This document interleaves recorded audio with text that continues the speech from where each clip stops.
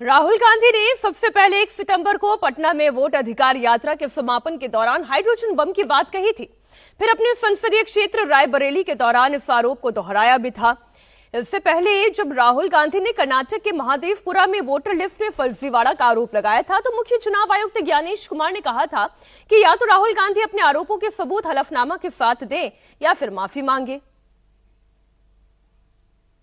सारे मीडिया के समक्ष ये कहना कि अगर मतदाता सूची में आपका नाम एक बार और है तो आपने 2 बार मतदान किया होगा और कानूनी अपराध किया होगा, और मेरे सारे मतदाताओं को अपराधी बनाना और चुनाव आयोग शांत रहे, संभव नहीं। हलफनामा देना होगा या देश से माफी मांगनी होगी, तीसरा विकल्प नहीं है। आपके माध्यम से मैं ये भी कहना चाहता हूं, अगर 7 दिन में हलफनामा नहीं मिला तो इसका अर्थ ये सारे आरोप निराधार हैं और हमारे मतदाताओं को यह कहना कि वो फर्जी हैं, इसके ऊपर जो भी इस बात को बोल रहा है उसको माफी मांगनी चाहिए। राहुल गांधी चुनाव आयोग पर लंबे समय से आरोप लगा रहे हैं, लेकिन उन्होंने 7 अगस्त को 1 घंटे से अधिक समय तक चली प्रेस कॉन्फ्रेंस में पावर पॉइंट प्रेजेंटेशन दिया था। इस दौरान राहुल गांधी ने बेंगलुरु के महादेवपुरा विधानसभा में 1 लाख वोटों के फर्जीवाड़े का आरोप लगाया। इसके बाद चुनाव आयोग ने कहा कि वो इन आरोपों की जांच के लिए तैयार है, लेकिन राहुल पहले हलफनामा दें। इसके जवाब में राहुल गांधी ने हलफनामा देने से इनकार कर दिया और कहा कि वो संसद में संविधान की शपथ लेकर आए हैं। इसी के बाद मुख्य चुनाव आयोग ने प्रेस कॉन्फ्रेंस की और मुख्य चुनाव आयुक्त ने कहा कि अगर राहुल गांधी 7 दिन के अंदर हलफनामा नहीं देते हैं तो ये मामला बंद समझा जाएगा। अब ये मामला चुनाव आयोग की तरफ से भले ही बंद समझा जाए, लेकिन राहुल गांधी के लिए तो ये खेल जारी है। राहुल गांधी केवल कर्नाटक ही नहीं बल्कि दूसरी जगहों पर भी वोट चोरी का आरोप लगा चुके हैं। राहुल गांधी का कहना यह है कि चुनाव आयोग बीजेपी के साथ मिलकर वोट चोरी कर रहा है। वोटर लिस्ट का इलेक्ट्रॉनिक डेटा नहीं देने का भी आरोप लगाया। राहुल गांधी का आरोप यह भी है कि चुनाव आयोग मतदान केंद्रों का सीसीटीवी फुटेज नहीं दे रहा है, क्योंकि चुनाव आयोग सच छिपाना चाहता है। हमारी सहयोगी विजय लक्ष्मी जुड़ गई हैं। विजय लक्ष्मी, एक और एटम बॉम्ब की बात हुई है, क्या एक्सपेक्ट कर रहे हैं आप भी, क्या एक्सपेक्ट कर रही है मीडिया, क्या आज बताने जा रहे हैं राहुल गांधी? देखिए, जो सूत्र बता रहे हैं मीनाक्षी के राहुल गांधी आज कुछ विधानसभा सीटों को लेकर के कुछ खुलासा कर सकते हैं, जिसको लेकर के काफ़ी दिनों से कांग्रेस की रिसर्च टीम जो है वो काम भी कर रही है। इसमें कुछ हरियाणा या गुजरात की विधानसभा की सीटें हो सकती हैं, और सूत्रों का इशारा इस ओर भी है कि इसके बाद एक और बड़ी प्रेस कॉन्फ्रेंस आने वाले दिनों में नेता प्रतिपक्ष राहुल गांधी द्वारा की जा सकती है, क्योंकि काफ़ी सारी चीज़ें पब्लिक डोमेन में राहुल गांधी कहते आ रहे हैं।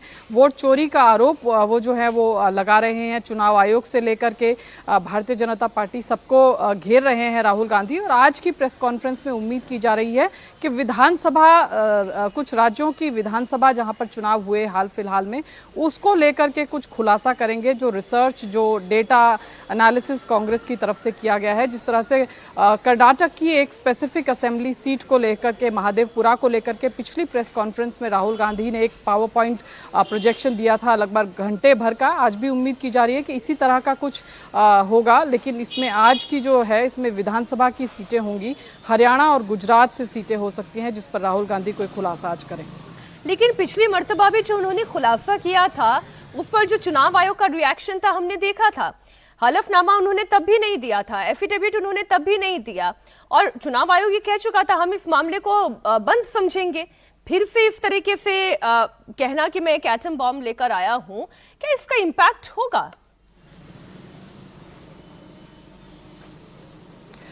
देखिए मीनाक्षी, विपक्ष का काम होता है एक परसेप्शन, एक नैरेटिव बिल्डिंग का काम करने का, जो काम कांग्रेस पार्टी कर रही है। एसआईआर का अगर आप देखें, जिस तरह से बिहार में भी वोटर अधिकार यात्रा जो है वो महागठबंधन की तरफ से निकाली गई, तो एक नैरेटिव, एक परसेप्शन यहाँ पर विपक्ष बनाने की कोशिश कर रहा है कि किस तरीके से फ्री एंड फेयर इलेक्शन इस देश में नहीं हो रहे हैं। और इस तरह के एनालिसिस करके या इस तरह की रिसर्च बेस्ड प्रेस कॉन्फ्रेंसेस करके अपने परसेप्शन को और मजबूत करने का काम विपक्षी नेता करना चाहते हैं, और यही काम राहुल गांधी भी करें। इसीलिए ये जो पावर पॉइंट प्रोजेक्शंस हैं या ये जिस तरह की जो बातें राहुल गांधी कर रहे हैं, इसको एक डेटा के साथ प्रेजेंट करके अपनी बात जो है और पुख्ता तरीके से राहुल गांधी रखना चाहते हैं। वो चाहते हैं कि जनता के मन में भी ये डाउट जो है एक तरीके से क्रिएट हो और एक जन आंदोलन या एक जन चेतना जो है इस विषय को लेकर आए। ऐसा विपक्ष का मानना है कि वो ऐसा करेंगे तो वो जरूर इसमें कामयाब होंगे और वही काम राहुल गांधी यहाँ पर करते नजर आ रहे हैं। अब चुनाव, क्योंकि बिहार में इसको एक बड़ा मुद्दा कांग्रेस पार्टी की तरफ से बनाया गया, अब देखना होगा बिहार चुनाव के नतीजे ही ये तय करेंगे कि जनता ने इस मुद्दे को कितना एक्सेप्ट किया या कितना रिजेक्ट किया। बिल्कुल ठीक, ये आप बात बिल्कुल सही कह रही हैं विजयलक्ष्मी। क्या कोई जानकारी और आपको मिल पाई है कि क्या किसी स्टेट की बिहार या फिर उत्तर प्रदेश या महाराष्ट्र, किसी एक स्टेट सेंट्रिक डेटा इस बार लेकर आने वाले हैं राहुल गांधी? देखिए, जो सूत्र बता रहे हैं वो हरियाणा और गुजरात, इन राज्यों से स्पेसिफिक डेटा जो है वो जुड़ा हो सकता है। हालांकि कुछ बातें जरूर कही गई हैं उत्तर प्रदेश को लेकर के, वाराणसी को लेकर के, लेकिन आज की प्रेस कॉन्फ्रेंस में उससे जुड़ी कोई जानकारी सूत्र कह रहे हैं कि शायद ना हो। आने वाले दिनों में एक और प्रेस कॉन्फ्रेंस नेता प्रतिपक्ष राहुल गांधी करें और उसमें कुछ और डेटा के साथ वो सामने आएंगे। लेकिन आज की जो प्रेस कॉन्फ्रेंस है इसमें कुछ स्पेसिफिक विधानसभा सीटों की बात होगी। इसमें हरियाणा और गुजरात की कुछ सीटें हो सकती हैं, इस ओर इशारा सूत्र कर रहे हैं।